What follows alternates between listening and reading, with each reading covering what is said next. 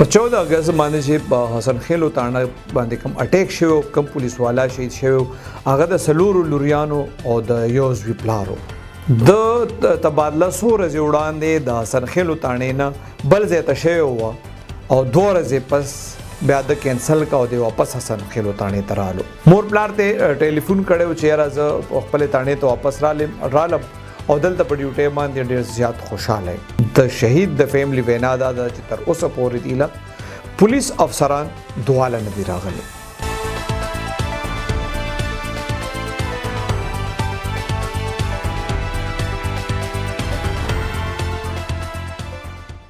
بسم الله الرحمن الرحیم السلام علیکم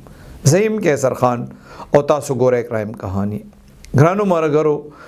څنګه چې موږ تاسو سره دا خبر شیر کړو چې د 14 اگست په شپه باندې نامعلومو کسانو د حسن خیل تاڼه باندې حمله کړې و دغه حمله چې کله او شو دا تقریبا د شپې 11:30 بجې وي د دې تاڼې کې چې کوم اهلکارانو هغه وایس میسجونه کنټرول تم کړي او دا هغه وایس میسجونه چې کوم دی په سوشل میډیا باندې ډېر زیات وایرل شوی چې هغه ویل چې په تاڼه باندې حمله وشو همون جوابي کاروایی کوو لګیایو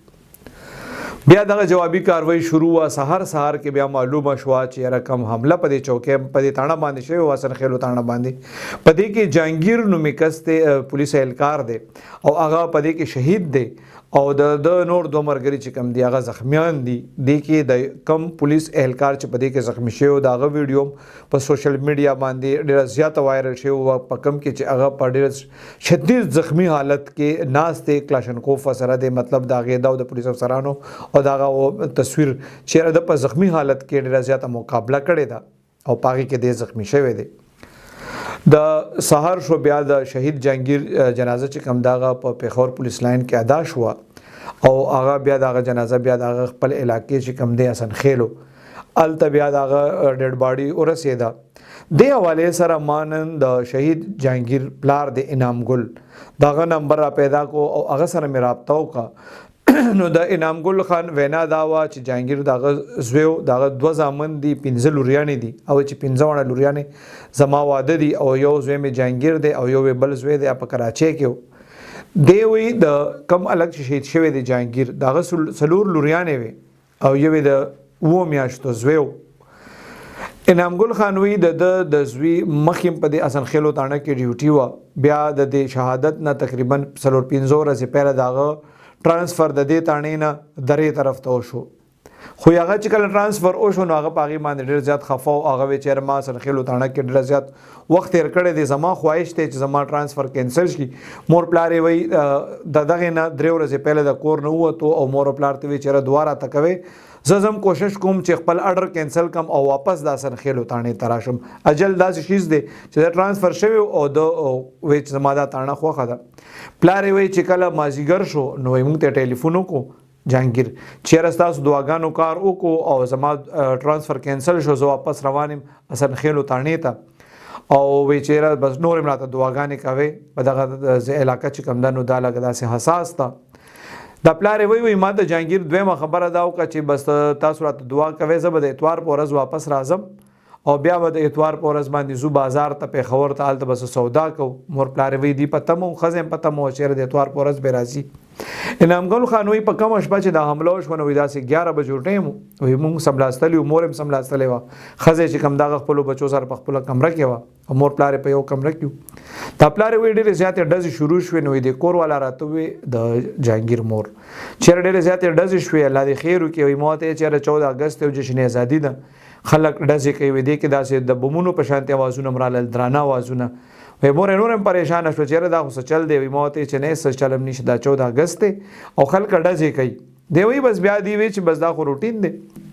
دا شپې نه وخت ټایم چې شنو وی بیا خلکو وی چیرې پاسر خلو تاڼه باندې فایرینګ شوه دی خو دی وی بیا موږ ځکه پریشان نه شو چې نه جهانگیر رابطه وکا او نو سره دی رابطه شو دی وی چې داسې سار شو نو انعام ګل وی زما رشتہ داران دی وی راي راته وروډه بو چې تلک روزه و چې زه ورته مډر زیات پریشان وغي او خپلو کې خبرې کولې چې څوک مړ شوی دی نو دا انعام ګل وی ما ته پته نه و چې دا زما زوی جهانگیر به مړ شوی وي په فیملی کې څوک زنانه بیمار و وای ما چې هغه به مړ شوی کې دی شي ما ته پوسو چې څوک مړ شوی دی و دې کې مې یو تربور را نږدې شو راته وی چیرې جهانگیر چې کوم دی هغه پاسر خلو تاڼه باندې حمله شوی و او هغه پکې شهید شوی دی.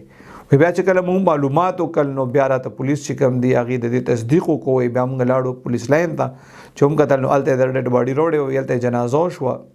او بیا دلته د ډیډ باډي چې کوم ده هغې بیا علاقې ته راوړه. دلته چې کوم ځای کې کور دی. د انعام ګل وینا دا ده چې د څنګه ما تاسو ته سټارټ کړي د 2 زامن دي، یو یې دغه زوی او یو چې کوم بل زوی دی هغه په کراچۍ کې او هغه هلته نه راغلی دی. د جهانګیر چې کوم شهید دی د هغې د فیملی وینا دا ده چې څو ورځې وړاندې هم په دې جهانګیر او د دې په ایس ایچ او باندې دغسې حمله شوې وه، خو په هغې کې دی الله پاک محفوظ پاتې کړي وو. دې نه علاوه د جهانګیر د پلار وینا دا ده چې جهانګیر به دې سره ډېره زیاته مینه کوله. واقعي زوی دی، د زړه ټوکړه د خامخا به یې مینه کوله. هغه وایي چې کله نه د جهانګیر مور د هغه د مرګ اورېدلی دي یا د هغه د شهادت اورېدلی دي، وایي د هغې نه بعد لږ ټایم لا هغه هوش کې راشي او جهانګیر کوي او په دې دوران کې بیا بېهوشه شي. ناستې دي بیا ما ته دې نه بل یو تپوس وکړو چې یاره اوسه پورې تاسو له 2 څوک راغلي دي. نو د دې وینا دا وه چې د مړي تقریبا 2 ورځې وشوې او اوسه پورې دی له 2 دغه علاقې ایم این ای د شاندانه ګلزار وایي هغه 2 راغلی وه او ایم پی ای شیر علي چې کوم دی وایي چې هغه 2 راغلي دي.